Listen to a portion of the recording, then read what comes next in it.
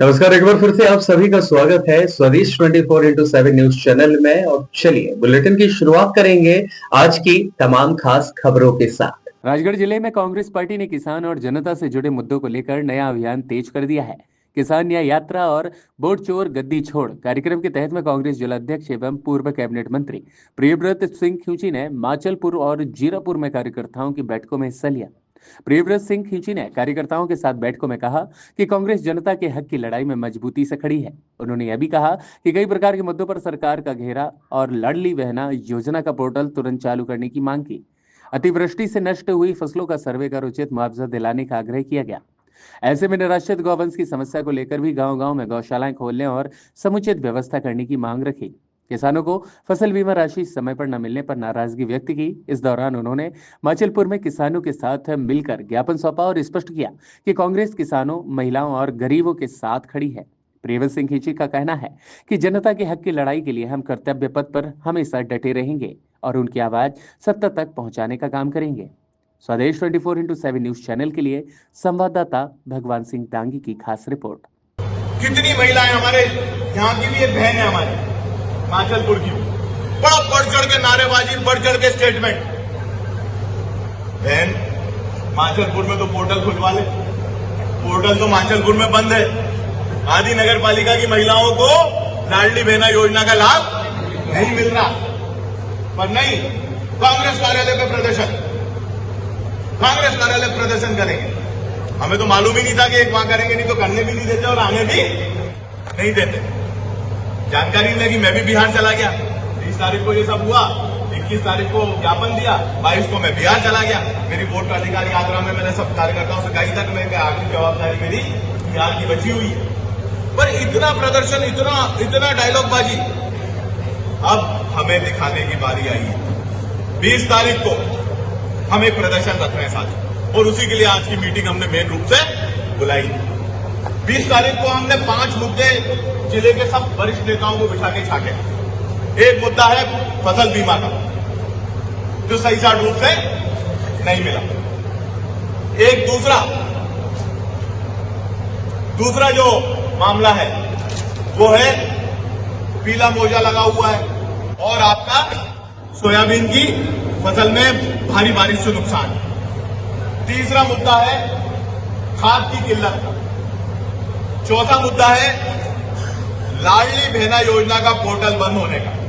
अब हम सब कांग्रेसी हैं, हमारी नियत क्या थी? क्या नियत थी कि कर्जा माफ करेंगे। हमने घोषणा करी थी, पहले साल में हमने 50,000 का कर्जा माफ किया। भाजपा ने क्या कहा कि एक भी आदमी का कर्जा माफ नहीं हुआ। यही कहते हैं ना कमलनाथ जी ने।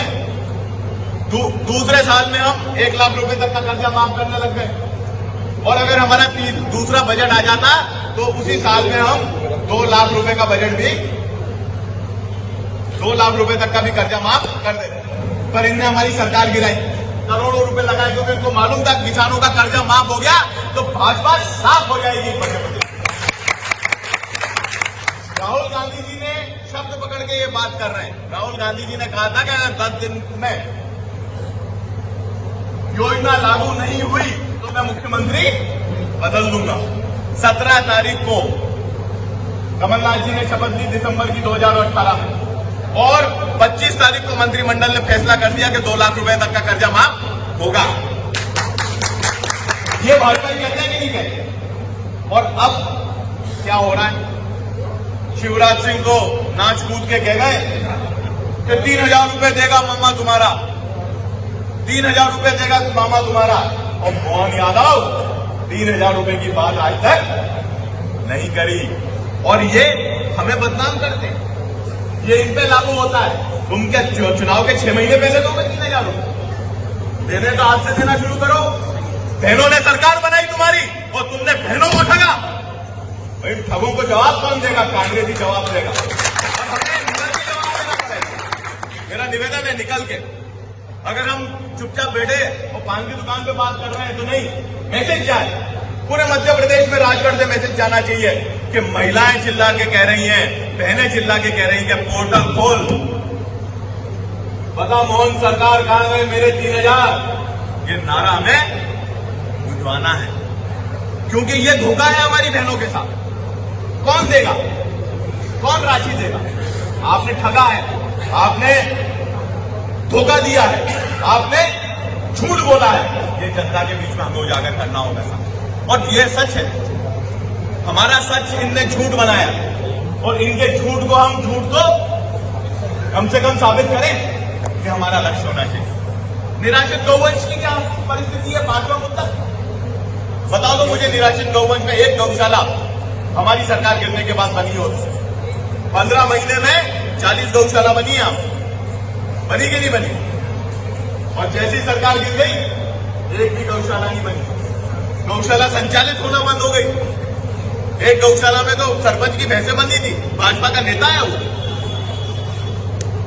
भैंसें गौशाला के अंदर बंधी हुई और कलेक्टर साहब चुपचाप। अब कलेक्टर साहब ने अभी रिपोर्ट जारी करी। मैं किसी का आरोप नहीं लगा रहा, मैंने तो लिस्ट देखी। मुझे बताइए कि मुख्यमंत्री तीर्थ दर्शन यात्रा गरीब लोगों के लिए बनी। बेशक मैंने जांच करी, वैसे एक ने कहा कि उसमें माननीय विधायक जी की पत्नी ज्योत्सना दांगी जी का नाम भी लिखा हुआ है, हजारीलाल दांगी। दूसरे नाम पे लिखा है सरदार भाई श्री हजारीलाल दांगी, निवासी काशी के। एक का लिखा है निवासी जीरापुर। बहुत बढ़िया। मैंने पूछा कि क्या ये महिलाएं जा सकती हैं? उन्होंने बोला साहब आयकर दाता का नियम है, आयकर दाता आयकर दाता नहीं होना चाहिए। हो सकता है सरदार भाई जी क्योंकि वो आयकर दाता ना हो, मान सकता हूं।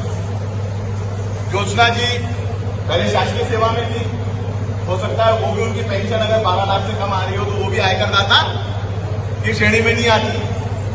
पर प्रमुख व्यवसायी इंदिरा मुंद्रा जी का भी नाम, जो भारतीय जनता पार्टी की पदाधिकारी है, उनका भी नाम है उसमें। और एक कॉमन सेंस की बात है कि क्या माननीय विधायक जी को, जो स्वयं विधायक है और मेरे को पूरा पक्का है क्योंकि वो आयकर दाता है, वो आयकर दाता है, तो वो आयकर दाता होने के बाद क्या उनको और माननीय विधायक होने के बाद क्या अपनी पत्नी को सरकारी योजना में ले जाना चाहिए?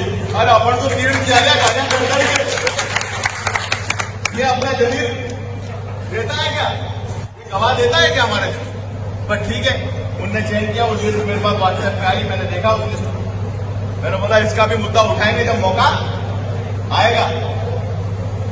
पर बड़ी अजीब सी बात, मैं किसी की आलोचना नहीं कर रहा, मैं बात कह रहा हूं कि क्या ये शोभा देता है? विचार जनता को करना है कि क्या ये शोभा देता है। और यही बात हम आप लोगों के बीच में सब लोग मिलकर करना चाहिए। आज भ्रष्टाचार चरम सीमा पर है कि नहीं है, ये बात।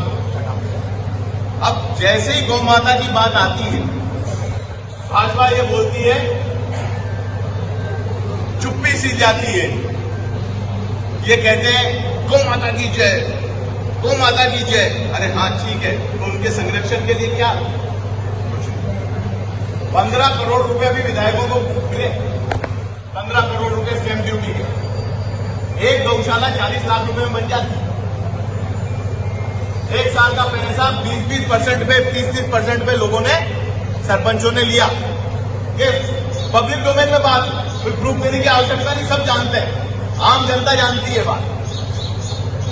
पर वो काम कितना हो रहा है उसकी हम जांच कराएंगे, उस स्टेप पे भी आएंगे कि ये 15 करोड़ में जो सरपंचों को पैसा मिला, इस 15 करोड़ में एक्चुअल जमीन पे काम कितना हुआ? मूल्यांकन तो पूरा हो गया होगा, पर एक्चुअल मेजरमेंट के हिसाब से कितना काम हुआ ये भी देखेंगे।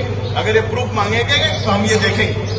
पर मेरा आपसे निवेदन है कि एक विचार करो कि 15 करोड़ में अगर ये अपने नेताओं की जेब भरने की जगह गौ माता का आसरा बना देते तो सही में गौ माता की जय होती कि नहीं होती? तो ये विषय है साथ, इन विषयों के ऊपर हम घेराव कर रहे हैं। हमारे प्रदेश के जो मुखिया हैं जीतू पटवारी जी, वो इसमें आएंगे। हमारे नेता प्रतिपक्ष उमंग सिंगार जी आएंगे और हमारे एआईसीसी के प्रभारी आदरणीय हरीश चौधरी साहब भी इस कार्यक्रम में आएंगे। साथ जयवर्धन सिंह जी भी आएंगे और भी माननीय विधायक और पदाधिकारी इसमें शामिल होंगे। मेरा ये निवेदन है कि जवाबदारी हमारी बनती है। अगर आपने लाडली बहना का मामला उठा दिया आज, मैं कांग्रेस पार्टी के कार्यकर्ताओं से निवेदन करता हूं हाथ जोड़ के कि ये मुद्दा अगर ढंग से उड़ गया तो जो आपको जो इनने जलील किया है का किसान कर्ज माफी पे, उसका मुंह तोड़ जवाब देने में आप लोग कामयाब आपके हाथ में। मैंने लागत देखी, हमारे जितने भी पंचायत स्तर पर काम करने वाले कार्यकर्ता हैं, कुछ सरपंच वर्तमान में भी है, कुछ हारे भी हैं, कुछ जीते भी हैं, जो हमारी ऐसी बहनों को आइडेंटिफाई कर सकते हैं जिन्हें इस योजना से वंचित रखा गया। मैक्सिमम हमें उनको राजगढ़ लेके आना है और उनसे कलेक्ट्रेट में आवेदन दिलवाना है। इसके लिए लिस्ट बनाओ और दूसरी लिस्ट हमारी उपस्थिति। और मैं निवेदन कर रहा हूं, कोई भी हो कृपया अकेला ना आए।